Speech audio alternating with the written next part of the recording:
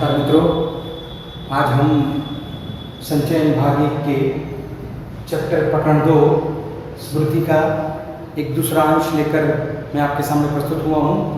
हमने पहले देखा था कि किस प्रकार छोटे भाई साहब लेखक अपने भाई साहब के साथ थोड़े बहुत ज़रबेरी के बेर तोड़ना, घर वालों का बुलाना, मन में डर होना, मार का डर होना, मक्खनपुर चिट्ठियाँ डालने की बात का आदेश मिलना, उसके बाद रास्ते में जाते हुए उस मक्खनपुर की टोली जो आती जाती थी और उस कुएं में ढेला फेंकती थी, उसी मक्खनपुर की टोली का वो वाक्य याद आना, फिर से वही बात कुएं में उझकना और वापस वही हरकत दोहराना, और उसके बाद वो चिट्ठियाँ जिसका डर था वही होना, चिट्ठियाँ सारी गिर जाना, बाद में रोना, पछताना। अब क्या होगा? तो उन चिट्ठियों को जानबूझकर, क्योंकि छोटे भाई का रोना, खुद का रोना, सहम जाना, डर जाना, चिट्ठियाँ निकालने का निर्णय लेना, धोतियाँ एक दूसरे की निकालना, चने वाली निकालना, कान की पट्टी में कान में जो बांधी थी वो निकालना, और उसके बाद उनको रस्सियों से गांठ बड़ी मजबूत है कि नहीं ये देखना। अब कुएं में उतरने का निर्णय जो है वो भाई साहब ने ले लिया था। इससे हम आगे आज पढ़ेंगे, पर मैंने यहाँ पर कुछ एक मुद्दे बनाए हैं, उसके ऊपर जरा हम ध्यान देते हैं कि लेखक का कुएं में उतरना। दूसरा मुद्दा, सांप के साथ संघर्ष होना। सीधी बात है, नीचे जाकर वो आसानी से तो उतना लेकर आने वाले थे ही नहीं, पॉसिबल ही नहीं था। अनुमान तथा भावी योजनाएं बनाना। यहाँ पर अनुमान तथा भावी योजनाएं बताई गई है, पर शायद ऐसा मुमकिन नहीं है कि हमने जो भावी योजनाएं बनाई है वैसा ही हो, यह जरूरी नहीं है। शायद मौत का बुलावा आया था। इतना संघर्ष भाई साहब और सांप के बीच में पड़ गया था। डंडे पर सांप का काटना, शायद वह जहर अगर थोड़ा सा भी भाई साहब को लग जाता तो शायद वह भाई साहब वहीं मर जाते हैं, उनका राम नाम सत्य हो जाता। ठीक है। और लेखक का पत्र को संघर्षपूर्ण बाहर निकालना, और कई वर्षों के बाद यह घटना उनको याद आना और अपनी इस नादानी या बेवकूफ़ी या कम अकली, जो भी हम बोले, उसको अपनी माँ के साथ वो शेयर करते हैं। वो बताते हैं कि माँ हमने तो ऐसा किया था। उनकी माँ उन्हें गले लगा देती है, उन्हें प्यार से कुछ शब्द एकाध दो कि भाई नहीं, तुम्हें उस उम्र में ऐसा नहीं करना चाहिए था। ये सब बातें जो है वो यहाँ पर पूरे पाठ में अब बताई जा रही है। मैं आपको बता रहा हूँ, कुएं के धरातल पर 4-5 गज का अंतर उसका रहा होगा। तब ध्यान से नीचे को देखा, अक्ल चकरा गई। एक बार कुएं को ऐसे देखा कि ये तो बहुत गहरा है भाई, अक्ल जो है वो चकरा गई ध्यान। और सांप फन फैलाए, धरातल के एक हाथ ऊपर उठा हुआ लहरा रहा था। सांप जो है वो एक हाथ ऊपर, मतलब इतना ऊपर, नीचे से धरातल पर उठा हुआ था। पूंछ और पूंछ के समीप का भाग पृथ्वी पर था, आधा अग्रभाग ऊपर उठा हुआ मेरी प्रतीक्षा कर रहा था। नीचे डंडा बंधा था, मेरे उतरने की गति से जो इधर उधर हिलता था। मतलब उस आवाज से वो पहचान जाता था सांप कि शायद यहाँ पर कुछ हिलचाल या कोई हड़बड़ी या कोई काम हो रहा है, तो शायद मेरी जान खतरे में है। और सीधी बात है, ज्यादातर सांप जो है वो इसलिए काट लेते हैं कि उनको खुद को भी डर होता है कि मनुष्य शायद मुझे मार देगा, मनुष्य को ये डर होता है ये मुझे मार देगा। इन्हीं बातों में ये सब होता है। मेरे उतरने की गति से जो इधर उधर हिलता था, उसी के कारण शायद मुझे उतरते देख सांप एक घातक चोट के आसन पर बैठ गया कि जैसे ही ये कोई आए और मैं उसको काटूं। ठीक है। सपेरा जैसे बीन बजाकर काले सांप को खिलाता है और सांप क्रोधित हो फन फैलाकर खड़ा हो जाता है और फुंकार मारकर चोट करता है। ठीक उसी प्रकार सांप तैयार था कि आप जैसे ही आओ मैं आपका स्वागत नीचे करने के लिए तैयार हूं, और आपकी मौत आज आपको यहाँ मेरे तक खींच कर लाई है।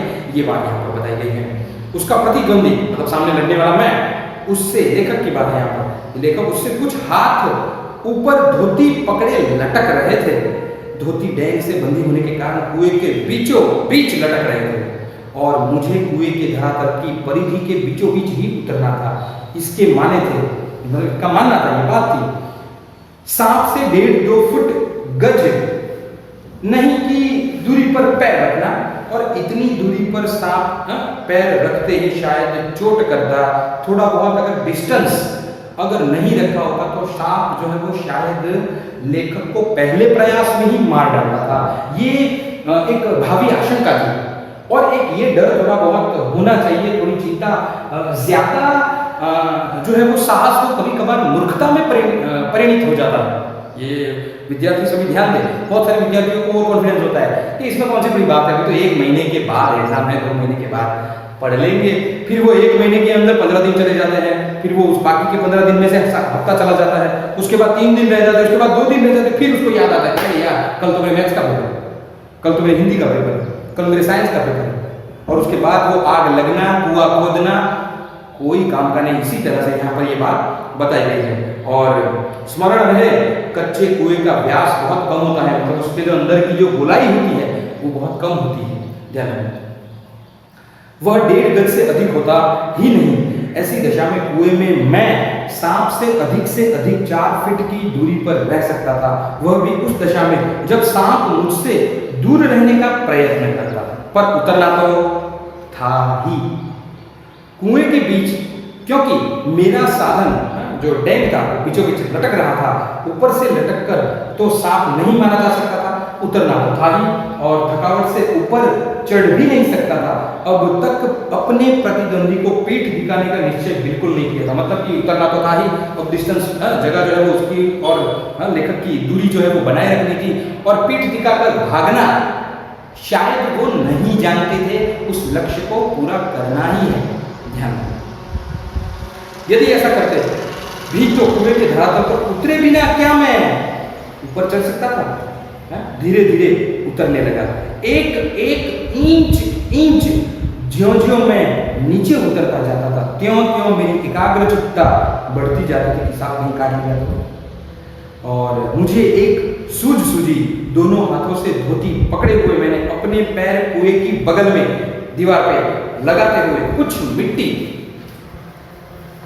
मिट्टी नीचे जो गिरी, और सांप ने फू करके उस पर मुंह मारा।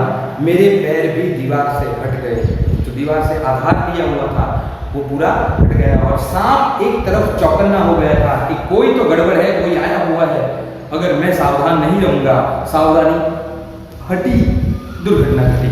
ध्यान, मेरे पैर भी दीवार से हट गए और मेरी टांगे कमर से समकोण बनाती हुई लटकती रही, पर इससे सांप से दूरी और कुएं की परिधि पर उतरने का ढंग मालूम हो गया। तनिक झूलकर मैंने अपने पैर कुएं की बगल से सटाए, तनिक झूलकर मतलब वो एक जगह से दूसरी जगह पर वह गए, और कुछ धक्के के साथ अपने प्रतिद्वंदी के सम्मुख कुएं की दूसरी ओर 1.5 गज पर कुएं के धरातल पर मैं खड़ा हो गया। आंखें चार हुई सांप की और लेखक की, आमना सामना हो ही गया। शायद एक दूसरे को पहचानना, सांप को चक्षुश्रवा कहते हैं, मैं स्वयं चक्षुश्रवा हो रहा था। अन्य इंद्रियों ने मानो सहानुभूति से अपनी शक्ति आंखों को दे दी हो। सांप के फन की ओर मेरी आंखें लगी हुई थी कि वह कब किस ओर को आक्रमण करता है। सांप ने मोहिनी सी डाल दी थी, सांप ने मोहिनी सी डाल दी थी। शायद उस मोहिनी डाल देने की वजह से शायद ये ऐसा हो सकता था कि शायद आंखें जो है वो ज्यादा काम कर रही थी, जो निश्चेष्ट थे जो सांप था वो भी अब युद्ध करने के लिए जागरूक हो गया था, और शायद लेखक भी उतने ही जागरूक हो चुके थे। अब शायद वह मेरे आक्रमण की प्रतीक्षा कर रहा था। सांप जो है क्या कर रहा था? आक्रमण की प्रतीक्षा। आक्रमण जैसे ही होता सांप उनको काटने के लिए हमेशा तैयार हो जाता था। पर जिस विचार और आशा को लेकर मैंने कुएं में घुसने की ठानी थी वह तो आकाश कुसुम था। मनुष्य का अनुमान और भावी योजनाएं कभी कभी कितनी मिथ्या और उल्टी निकलती है। यहाँ यही बात देखो कि हमने देखा कि लेखक का कुएं में उतरना, सांप के साथ उनका संघर्ष हो रहा है ऑलरेडी, और तथा अनुमान तथा भावी योजनाएं बना तो ली। सबसे पहले भाई को ऐसा दिलासा दे दिया कि हम तो नीचे जाएंगे, चिट्ठियों को आसानी से ले लेंगे, सांप को मार देंगे, क्या फर्क पड़ता है? नहीं, पर फर्क बहुत पड़ता है। जो अनुमान और भावी योजनाएं बहुत बार मिथ्या मतलब गलत साबित हो जाती है। राजा रावण को भी ऐसा ही था कि मैं तो राम को चुटकियों में मसल दूंगा, हकीकत में वो खुद मसल गया, उसको खुद को पता नहीं था। ठीक है, तो बहुत बार यह उल्टी बातें साबित हो जाती है। मुझे सांप का साक्षात्कार होते ही अपनी योजना और आशा की असंभवता प्रतीत हो गई कि शायद अब मैं चिट्ठियां नहीं ले पाऊंगा। डंडा चलाने के लिए स्थान ही नहीं था। लाठी या डंडा चलाने के लिए काफी स्थान चाहिए जिसमें वे घुमाए जा सके। सांप को डंडे से दबाया जा सकता था, पर ऐसा करने पर मानो तोप के मुहरे पर खड़ा होता था। मान लीजिए कि बहुत सारे आइडिया वहां पर जाकर युक्तियां लगा तो सकते हैं, पर तोप के मुंह पे खड़ा हो जाना कि अब गोला दागो और हम मरने के लिए तैयार हैं। ठीक है, और फिर यदि फन या उसके समीप का भाग न दबा तो फिर वह पलटकर जरूर काटता, और फन के पास दबाने की कोई संभावना भी होती तो फिर भी उसके पास पड़ी हुई 2 चिट्ठियों को मैं कैसे उठाता। 2 चिट्ठियां उसके पास उससे सटी हुई पड़ी थी और एक मेरी ओर थी। मैं तो चिट्ठियां उसके पास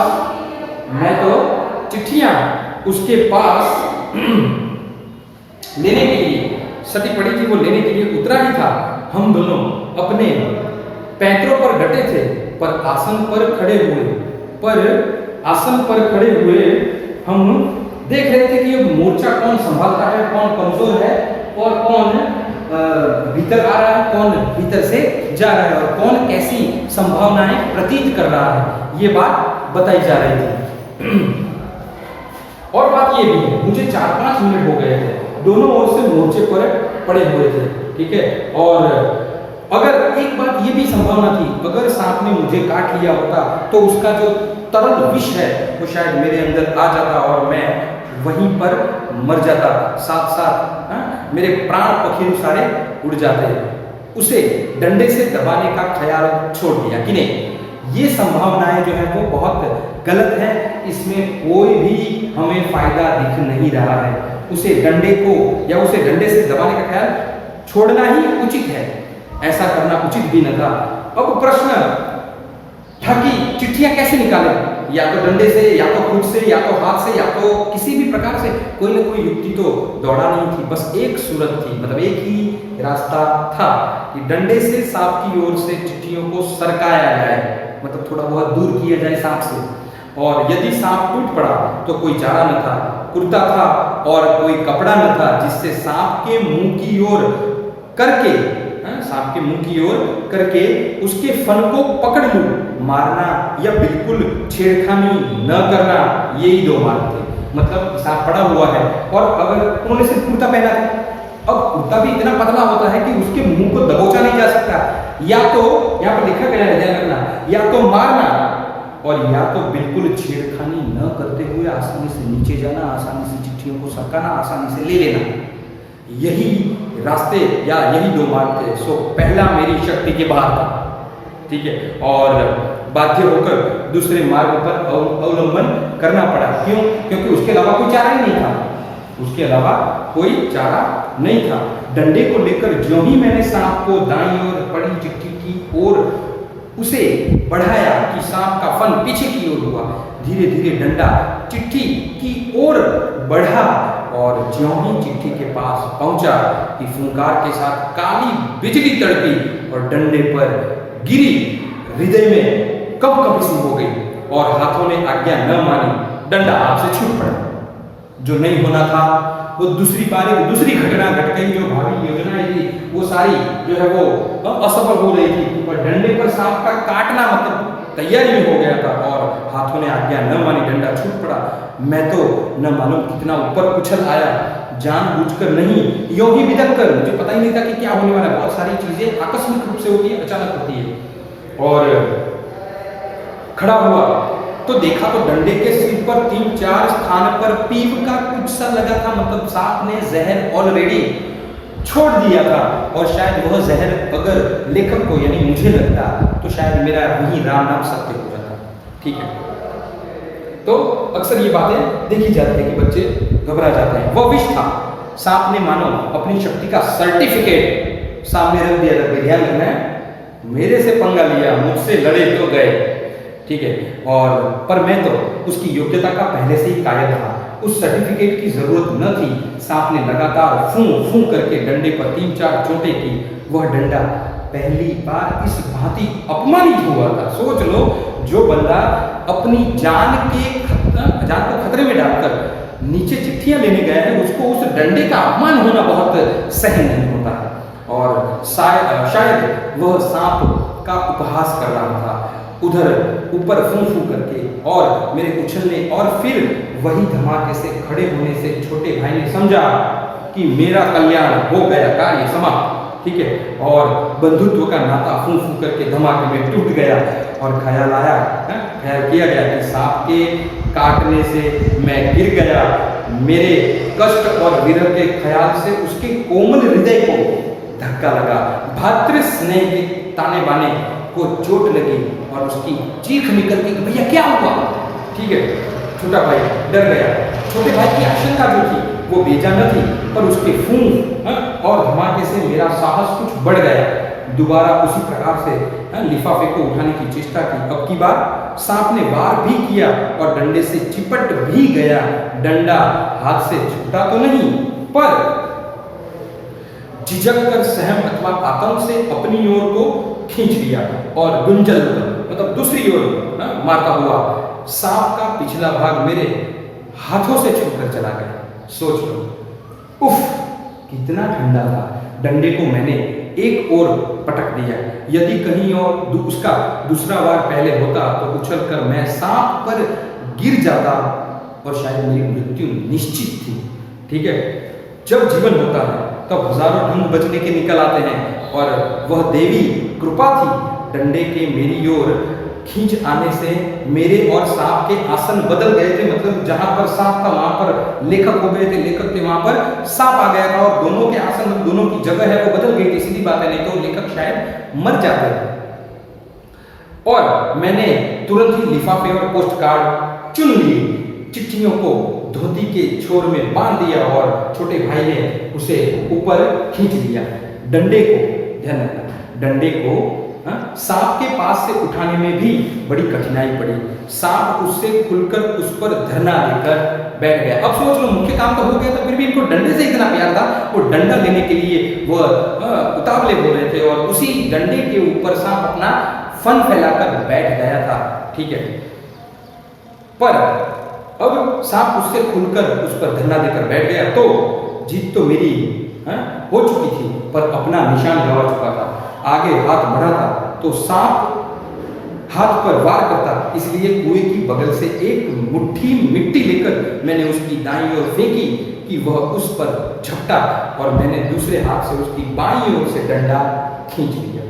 पर बात की बात में उसने दूसरी ओर भी वार किया। यदि बीच में डंडा न होता तो पैर में उसके दांत जो है वो गड़ गए होते। ध्यान रखना। तो उन्होंने युक्ति लगाई कि ये परिधि थी उसकी ओर जहां पर डंडे के ऊपर सांप बैठ गया था, तो एक तरफ से थोड़ी मिट्टी ली, सांप जहां बैठा था वहां से दूसरी ओर मिट्टी फेंकी, सांप का ध्यान गया, तुरंत ही उस डंडे को उठाया। और ऐसा नहीं होता तो शायद उनके सांप के जो दांत है वो उनके पैर में गड़ गए होते और जहर जो है वो बिल्कुल फैल चुका होता, शायद मर जाता है।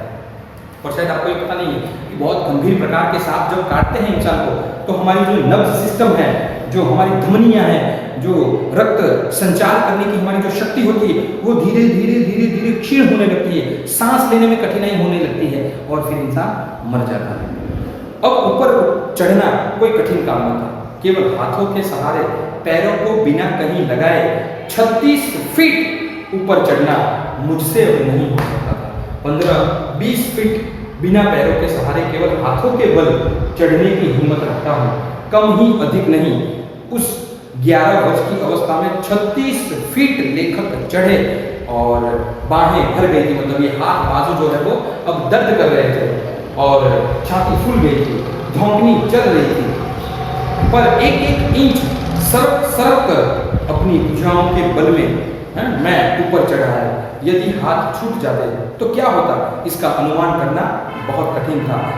ऊपर आकर बेहाल होकर थोड़ी देर तक पड़ा, क्योंकि बहुत मेहनत की थी, थक गए थे, चकनाचूर हो गए थे, लक्ष्य प्राप्त हुआ था पर उसमें बहुत संघर्ष करना पड़ा था। देह को झाड़ झोड़ कर, मतलब कपड़े वपड़े साफ करके धोती कुर्ता पहना, फिर किशनपुर के लड़के को जिसने ऊपर आने की चेष्टा को, चढ़ने की चेष्टा को देख लिया था कि ये तो कुएं से बाहर आया है, ध्यान रखना, ठीक है, ये तो कुएं से बाहर आया है, और ताकीद की उसको ध्यान दिया, याद दिलाया कि वह कुएं वाली घटना किसी को न कहे, गांव में भी नहीं, घर में भी नहीं, दोस्तों को भी नहीं, किसी को भी नहीं। अपना बचाव पक्ष जो है वो उन्होंने मजबूत कर लिया था। सन 1915 में कहानी खत्म हो जाती है, पर 1915 मैट्रिकुलेशन, मतलब उस वक्त 11th में 10th का बोर्ड जैसे होता है वैसा 11th में परीक्षाएं पास करते थे लोग। और उपरांत यह घटना मैंने माँ को सुनाई, सजल नेत्रों से माँ ने मुझे अपनी गोद में ऐसे बिठा लिया जैसे चिड़िया अपने बच्चे को डैन के नीचे से छिपा लेती है। सोच लो, कई वर्षों के बाद माँ को यह बात बताना, पर माँ को उस वक्त भी उतना ही प्यार आया लेखक के ऊपर, उतना ही वो प्रेम बरसा रही थी, उन्होंने अपनी गोद में उनको संभाल लिया। कितने अच्छे थे वे दिन, लेखक क्या कहते हैं, कितने अच्छे थे वो दिन। उस समय राइफल न थी, डंडा था, और डंडे का शिकार, कम से कम उस सांप का शिकार राइफल के शिकार से तो कम रोचक और भयानक नहीं था। एक बात है कि इंसान की उम्र जब बढ़ती है उसके बाद उसकी समझने की जो शक्ति में बढ़ोतरी होती है, यही एक फर्क है। छोटे बच्चे की सोच छोटे बच्चे की तरह होती है और बड़ों की सोच बड़ों की तरह होती है।